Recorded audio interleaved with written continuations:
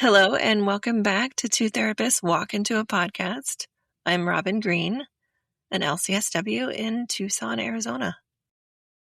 And I'm Stephanie Edsel, an LCSW here in Salt Lake City, Utah. So guess what? We are at the final episode of Series 9, A Year in the Room. And we wanted to end where we began. Not really with episode 1, but close. It's episode 3 from Series 1, Foundations of Healing, Regulation versus Disconnection. Are you actually calm or just numb? That's a mouthful. It actually is. I was thinking that myself when I looked it up. I went, wow. But it's very important because it does cover quite a few things. And this one started something for a lot of people, including us. For sure. It asks a question that sounds simple and really isn't. And we think it's the right one to sit with at the end of our year. Yeah, I like that. So let's go.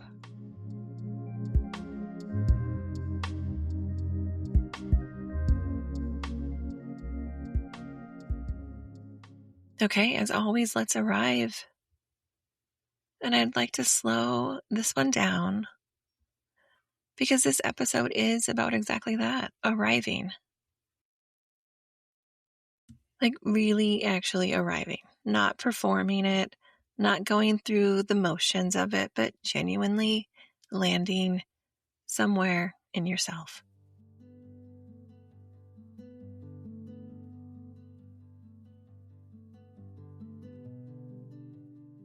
So wherever you are, whatever body you're in, whatever this year has asked of it, just take a moment, not to fix anything or even to feel anything, just to notice what's actually here.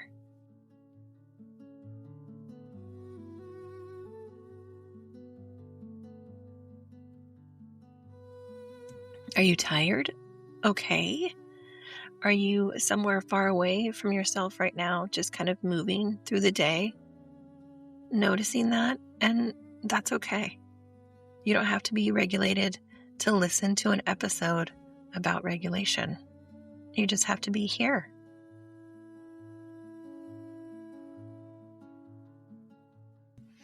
And if calm has felt more like flatness than peace lately, if you've been wondering whether what you're feeling is actually okay or just quiet, this episode was made for that.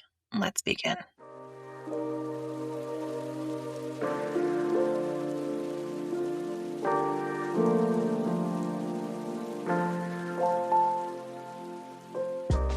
Episode 3 came from a question we kept hearing in different forms. Maybe you're familiar. I'm fine. Oh, I'm not anxious anymore. I don't really feel much. Underneath it, something that is not quite adding up here. Because there's a version of calm that is genuinely regulated. The nervous system is settled. You're present. You have access to yourself, and there's access to choice. There's another version that feels calm from the outside, maybe even from the inside, but is actually a kind of shutdown. A nervous system that has gone quiet not because it's safe, but because it's exhausted. And that's functional freeze. And it is one of the most misread states there is, in my opinion, because it doesn't look like distress. It kind of looks like coping. It can look like a lot of patience, easygoing, having it together. And then for the person inside it, it can feel like finally being okay, when actually they've just gone somewhere far away from themselves. Exactly. The nervous system has 3 primary states. Ventral vagal, which is the present state where you're connected, regulated, able to think feel, and engage. And I said before, there's access to choice here. In sympathetic activation, fight or flight, you're mobilized. This is the alarm system, very high energy, high reactivity. And most of us don't realize how much we actually live in this space. And it makes shutting down kind of the only other alternative. That's the dorsal vagal. This is the oldest, most primitive response. This is where we're going to be conserving energy and freezing and shutting down, not because we're bad, wrong, broken, or any of those negative things. Mm-hmm. Dorsal vagal isn't a malfunction. Exactly. It's a survival response. And when that threat is too big or too prolonged and fight or flight hasn't worked, the system does the only thing left. It goes still. It goes quiet. It disconnects. Also, I do want to add that both of these things can happen simultaneously, and it feels incredibly painful. So for people who grew up in environments where there was no safe way to fight back and nowhere to run, this freeze dorsal is the default. It's familiar, the thing the nervous system learned to call normal. It's like the baseline. I like the way you explain that. And this is why so many people really don't recognize it in themselves, probably. It doesn't feel like shutdown. It feels like how they've always been, a little flat, a little distant, not much capacity for joy or for pain, just kind of getting through. Man, I look around and I see a lot of that. I mean, I'm a person, not a robot, so I experience this as well. But what's deepened in the research since we recorded this episode is our understanding of how chronic dorsal vagal states affect the body over time. Fatigue, immune function, digestive issues, difficulty with memory and concentration. Man, I'm reading these, and this is just some of the main complaints that people have. They're like, I can't remember. Mm-hmm. Yeah. They call it the can't remember shit disorder. But I'm like, no, I don't think it's that. I think there's other things going on. In fact, it's science. The body ends up paying that price for the sustained disconnection. Again, not because something's wrong with the person. Because the nervous system in conservation mode is doing exactly what it was designed to do. And the rest of the system, well, it's just along for the ride.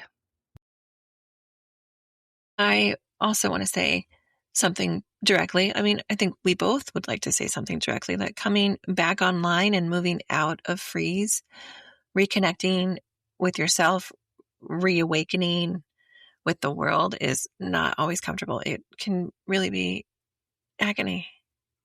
And sometimes it means feeling things you haven't felt in a long time. Isn't that what we say, thawing? The thawing, right? Yeah. Yeah. Sometimes it means grief or anger or a kind of aliveness that is disorienting before it is anything else. And again, we are going to say this. That's not a sign of something wrong. It's just a sign that your body's coming back online. Something's moving. Exactly. Coming back to yourself is allowed to be complicated. Also, it's not sustainable or realistic to think it's going to be fluffy and pain-free. But you don't have to rush it. And good news, you don't have to do it alone.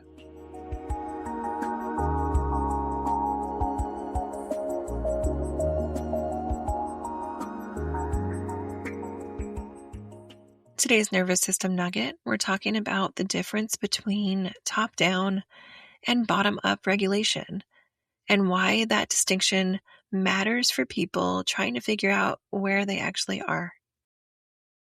Ooh, I love this. I talk about this almost every day. Me too. Oh, I'm so glad. Look at us. Look at us. Teaching. That top-down regulation is what most of us were taught, including myself as a client before all this jazz. So we have to think your way through it, right? Just be positive. Go journal, right? Light that candle, reframe it. Use cognition to manage your emotional state, which is it's ridiculous, by the way. Top-down tools have real value, but they have a ceiling. When the nervous system is in a deep dorsal state, the prefrontal cortex is often offline or running at reduced capacity. You can't think your way out of a state your body is fully committed to. Ooh, I like that. Bottom-up regulation works in the other direction. Instead of starting with thought and working down into the body, you start with the body and work up. Breath, movement, sensation, sound, rhythm, things that speak directly to the nervous system without requiring the thinking brain to really be fully online first. This matters for anyone who's tried to logic their way out of numbness and found it didn't work. It wasn't a failure of willpower or insight. It was the wrong tool for the job. Bottom-up approaches are something like gentle movement, humming, slow breath, cold water on the face, rocking, being held. These are not unsophisticated. They are neurologically precise, and they reach the parts of the system that thinking really can't. Brilliant. Brilliantly put. For people who've been disconnected for a long time, bottom-up work can feel pretty strange at first, almost like pins and needles when your limb has fallen asleep and you're trying to get it to work again. Noticing sensation in a body that you've been numb to takes practice, and it can feel like very little is happening. And then one day, something small shifts, something physical, and you realize you're a little more here than you were before.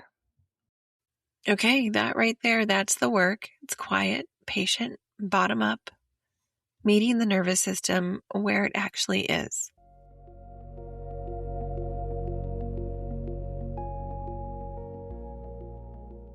Our coping skill today is something we're calling a gentle state inquiry, and it comes directly from the heart of this episode.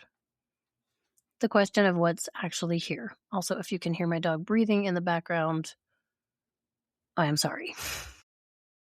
Thank you for your patience. Good reframe. Oh, and there's my dog barking. This episode might have some dogs in it. Find a moment of stillness, wherever that's available in your body. Then ask yourself, without judgment, where am I right now? And not just physically, internally. Are you present? Can you feel things? Think clearly. Sense yourself in the room. Are you activated?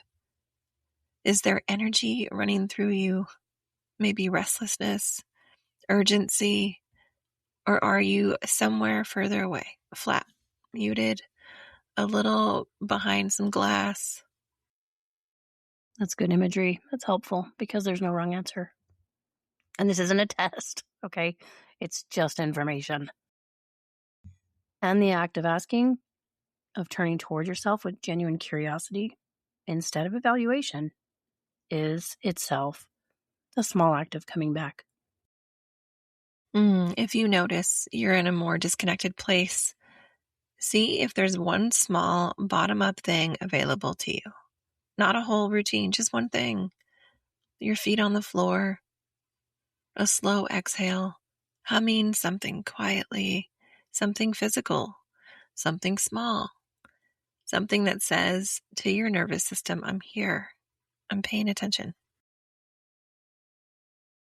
And if you're not sure what you feel, that's also information. Uncertainty about your own state is often part of the freeze.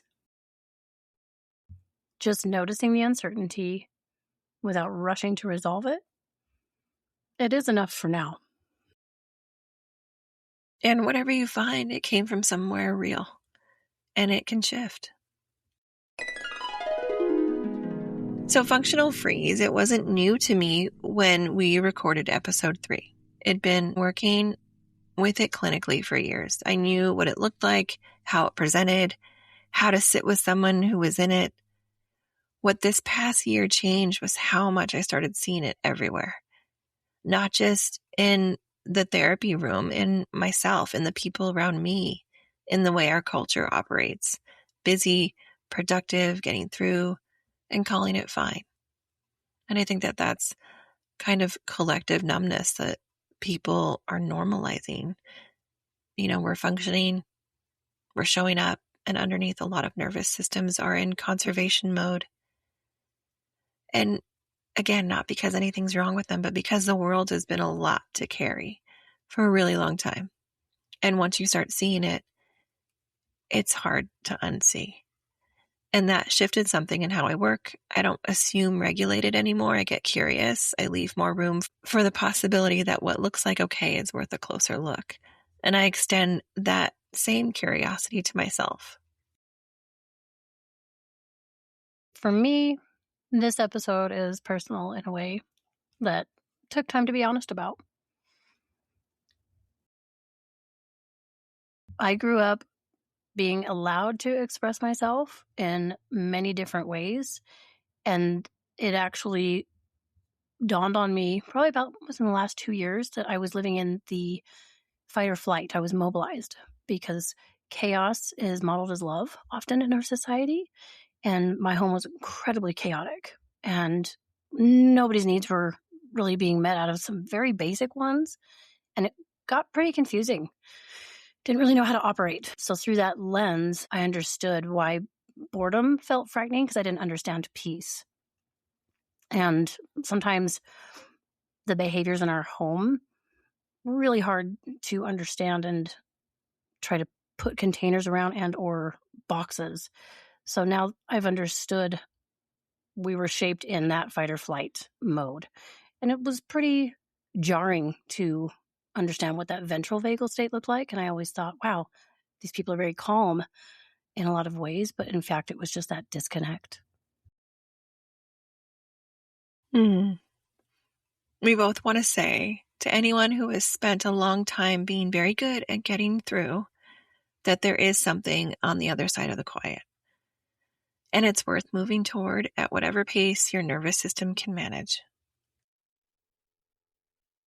Our last reflection question for Series 9 is, when you check in with yourself right now, really check in. Are you regulated? Or are you just quiet? And whatever the answer is, can you meet it with a little curiosity instead of judgment? Just that.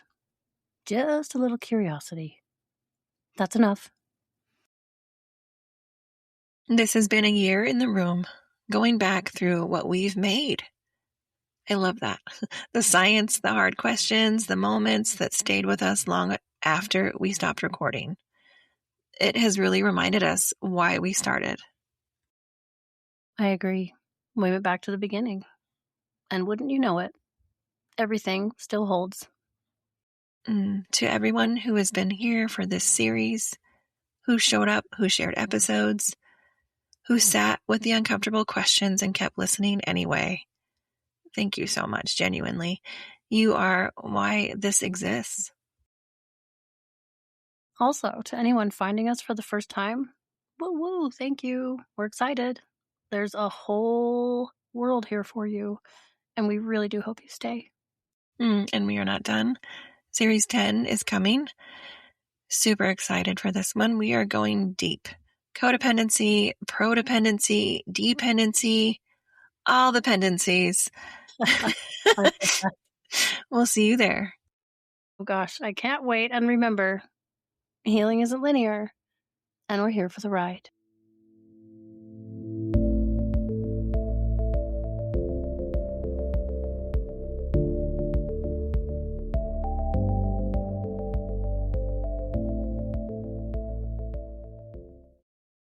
This podcast is for educational purposes only, and it is not a substitute for therapy, medical care, or professional advice. Listening to this podcast or this episode does not create a therapeutic, clinical, or professional relationship with us. If you're experiencing distress, physical symptoms, or emotional concerns that feel overwhelming, we both encourage you to seek support from a qualified healthcare or mental health professional. And if you are in immediate danger or need urgent support, please contact local emergency services or a crisis line in your area.